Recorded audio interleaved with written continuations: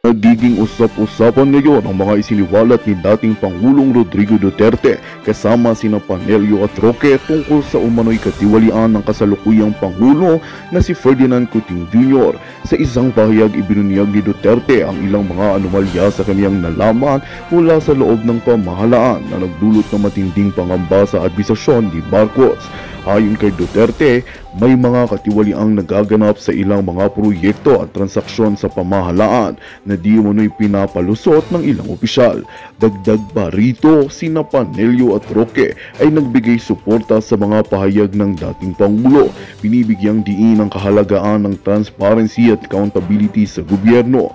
Dahil dito, nagkakaroon ng malaking alingas-ngas at agam-agam sa kasalukuyang administrasyon na naglalayong ituwid ang mga maling gawain ito. Sa gitna ng mga aligasyon ito, naglabas ng pahayag si Pangulong Coting na sa kanilang sinusuri at pinapaimbisiga ang mga ibinunyag na impormasyon.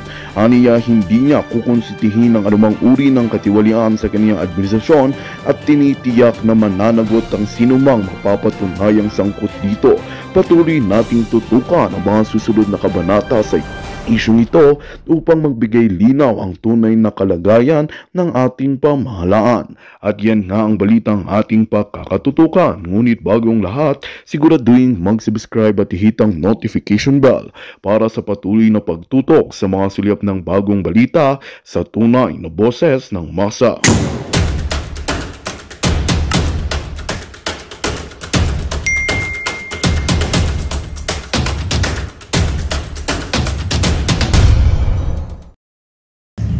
Magandang araw Davao at maraming salamat po dito, lalo na kay Mayor Sebastian Duterte na tayo po ay naimbitahan dito ngayon, attorney, and ako'y excited dahil marami tayong pag-uusapan. Ang ating special guest ay walang iba kundi ang ating pong pinakamamahal na Pangulo ng ating bansa, ang ating kinikilalang Pangulo ng bansa, Mayor Rodrigo Roa Duterte. Yes! Good evening. Welcome to Davao, Texio and Mark. And my warm greetings to all of you nakikinig ngayon. Kung meron, sana. I'm sure meron, sir. Exciting topic natin and it's timely, sir, kasi kakatapos lang ng State of the Nation address ng ating Pangulo, si Ferdinand Marcos Jr. At may mga observations tayo and we'd really like to hear what your observations are as well. If we can take it apart para sa mga taong bayan. Mark, what do you think? Yes, and yun nga, nagkaroon tayo ng SONA ngayong ng nakaraang araw at maraming sinabi doon ang Pangulong Marcos at gusto nga natin malaman sa ating dating Pangulong Duterte kung ano ang kanyang saloobin tungkol dito. Well, there is something I must confess to the public. I was listening to the SONA of the President, pero at the same time may ginagawa ako. Yes, sir. So yung attention ko minsan na napupunta doon sa ginagawa kong iba, but most of the time nakikinig rin ako.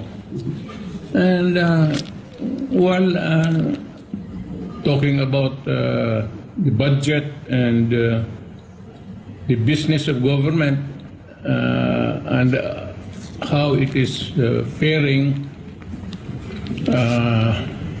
yun ang probably I would answer it along the way.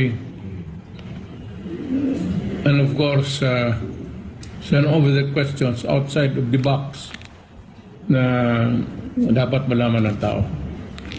Sir, primarily, yung SONA kasi delved into, well, it was a reporting. Ang basis nito, of course, para lang sa ating mga tagapakinig, ang ating saligang batas nagre-require na once every year ang ating Pangulo ay magre-report sa taong bayan ng estado ng bayan. So this is the State of the Nation. Ngayon, yung definition ng State of the Nation, medyo malawak yan.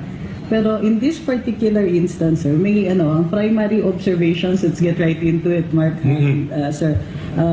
Isa sa mga na-observe namin na pangyayari dito ay may mga binabanggit. And of course, we know, expected yan every year, sir, di ba? Ang ating Pangulo ay, syempre, may konting yabang yan. Ito yung mga nagawa namin, di ba? Ito yung administrasyon. Particularly, itong administrasyon na to. Oh, yes, sir. Kasama ako dyan, mga ganun. Yes, sir. So, we know that already. Pero dito, sir, given, kasi medyo, alam naman natin, medyo maraming komento tungkol sa administrasyon na ito, medyo mataas yung expectations. Di ba? Mayroon tayong mga nakikita, mga pre-SONA rallies and all that. May mga nag-i-expect na may reports on growth, on projects that were completed. Salamatan muna natin si Bojack Sniper Vlog sa kanyang 1,000 yen. Ayan, thank you very much ha. Domo arigatou gozaimashita. More blessings po, Sniper Vlog. PRD Duterte, ayan, bantag from Team Buwis Pawis. Mega love shoutout Ma'am Nanet, Ma'am Susan Aveles, Biota Galban, Marley Enero, Dai Wang Yoni, Nilbert Badiles. God bless us all. Ayan po, thank you very much. Oo. Pero ang primary na napansin ko dito, ewan ko sir kung napansin nyo din, yung mga binabanggit ng ating Pangulo ay yung mga na-accomplish, sinasabi parang accomplishment, pero ang totoo niyan, obligasyon naman nilang gawin. Halimbawa sir, for example lang, meron siyang pautos na sa mga barangay na mag-clean up, maglinis. At very happily, nag-report pa siya kung ganong karami o ilang toneladang basura ang nakolekta ng mga barangay. Ngayon, of course, nasa national interest yung paglilinis. Pero sir, hindi ba yun naman ang trabaho ng barangay? Well, part of governance is from the national, local, and barangay level. Sanitation, law and order is part of the all levels of government. Ito namang kasi, itong sanitation drive. Yes, sir. Maganda yon. And it can be done. And I hope that we can encourage government and the barangays all over the Philippines that they can do it without defrauding of the national government. And if they can do that, we would be most happy. Ang problema nito is ganito. Part of that is the ecosystem. Yes, sir. Ngayon, i-collecta mo yung garbage. Saan mo ilagay? Kasi you just cannot dispose of the garbage system in one lot there. It might not really be a sizable thing, but still you have the sanitation guys going there. What are the disposable thing that you can throw in that? Maraming yan, and it requires a learned guy in government down to the barangay level to see to it that the clean-up drive or the disposal of the garbage must be placed in or whatever. Pero bihira ito ditong sa private or accede to that kind of request to be a disposal thing. So it must be government. The only thing, Rixie, is that wala tayong uniform policy dyan. Merong designated sanitation depot na talagang safe, and you have to sort out the toxic, the harmful mga na hindi naman pwede so this has to be segregated and disposed properly in another area. Sir, Wala yan. So, medyo... Wala pa tayong national policy. meron. Actually, sir, meron tayong solid waste management law. Yeah. Dun sa pollution laws natin. Meron pa nga tayong quasi-judicial body sa loob ng DENR na nag-hear ng administrative cases dito, yung Pollution Control Board. Pero, sir, itong SONA, hindi ba inadvertently na-expose nyo na hindi nga po na i-execute yung batas na ito? No, it's... DENR ito, sir. the office that facility in government that you mentioned, even during my time, is not there. It has never been there in most of the... In the Yeah. I suppose regions. We do not have the personnel, and government has not really planned this course of action to deal with this problem, simply because walang tao. And Hindi ba ito part of the devolution sa local government? Yes. Yes. The problem is the funding also. Sir, given kasi na may Mandanas ruling at mas malaki na yung share ng mga local government pagdating sa national taxation, hindi ba dapat sinasama na yan ng LGUs? And if hindi nila sinasama, hindi ba trabaho ng DILG to ensure na yung mga LGUs will be executing that? Yes. Foremost would be the DNR. Yes, sir. DNR national, DNR local. Yes, sir. Yun ang mga driver dyan sa mga kinarya na yan. Then the DILG, the close supervision. Yes, sir.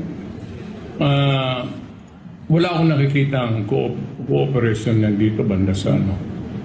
Not an interagency thing that would deal with this kind of not really problem, but this kind of mechanism in government. Pero sir, kayo nung mayor sa Davao, ako wala akong nadinig na ang Davao nagka-problema in terms of waste management. Yeah, well, maybe I employ the right people.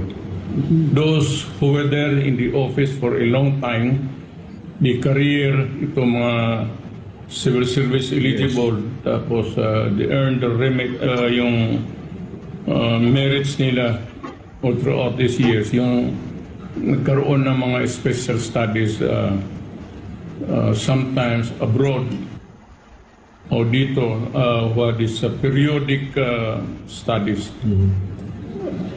But unfortunately,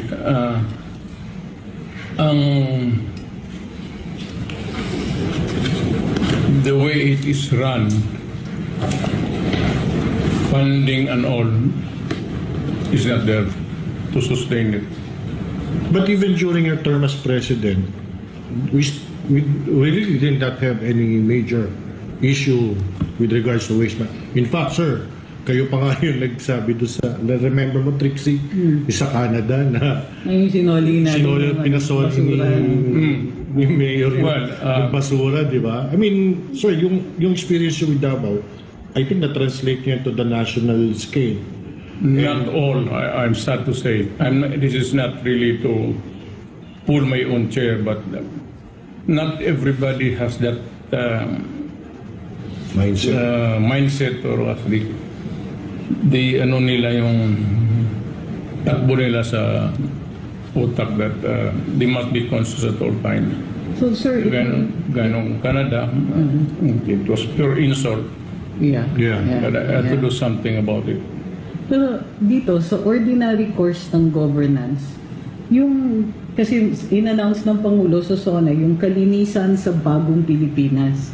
So, nakikita natin, given yung assessment ninyo, yung examination ninyo on how the local government works and what it needs, yung pag-nationalize nito, hindi ba the President can just simply state na, okay, let's give the LGUs the power, or at least the barangays, to empower them by funding them so that mayroon sila at that level na sila po yung mag-execute ng mga pollution laws natin. Correct.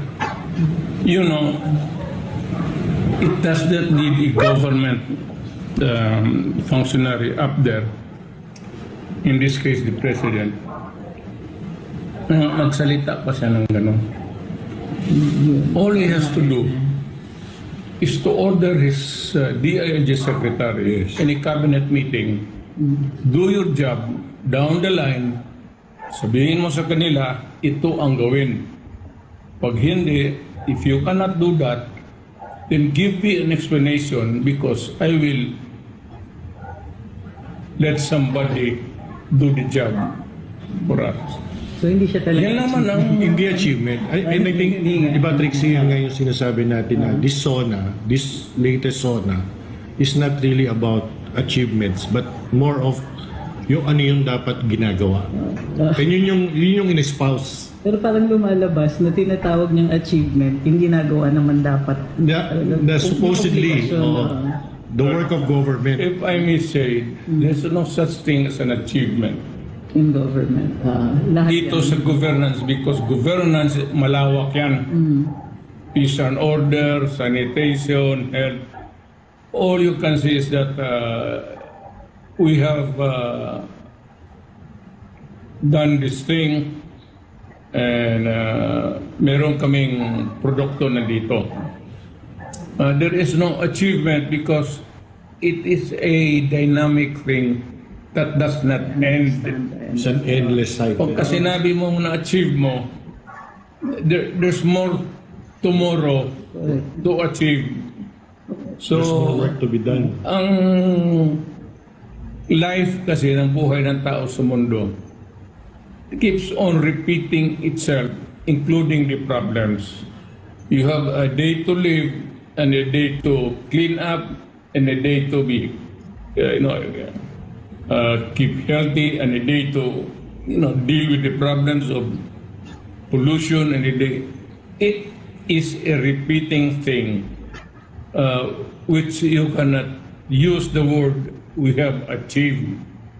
You can only do that when you die and you look back and say to yourself, I have achieved this thing. Or other people would say that during his lifetime, he has achieved this one.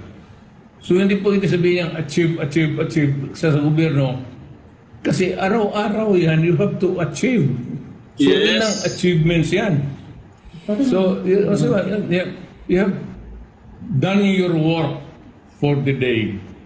So that's it. Period. Sir, parang it's like washing dishes. Every day kakain ka, maghugas ka ng pinggan pagkatapos nun.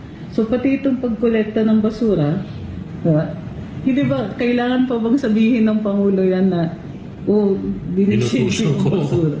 Makolekta tayo ng 10 tonelada ng basura because this is already part of the obligations of the... Got it. In addition to which, sir, sinabi pa ng Pangulo, let me jump lang to another one. Sabi niya during the SONA, ipare-review daw niya yung EPIRA. EPIRA law, oo. Dahil in-acknowledge niya yung mga issues sa power consumption, sa Mahal kasi electricity.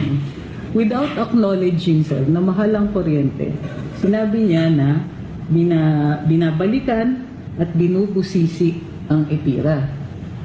Pero, just as a matter of fact, alam ko na ginawang priority legislation yung pag-review ng EPIRA.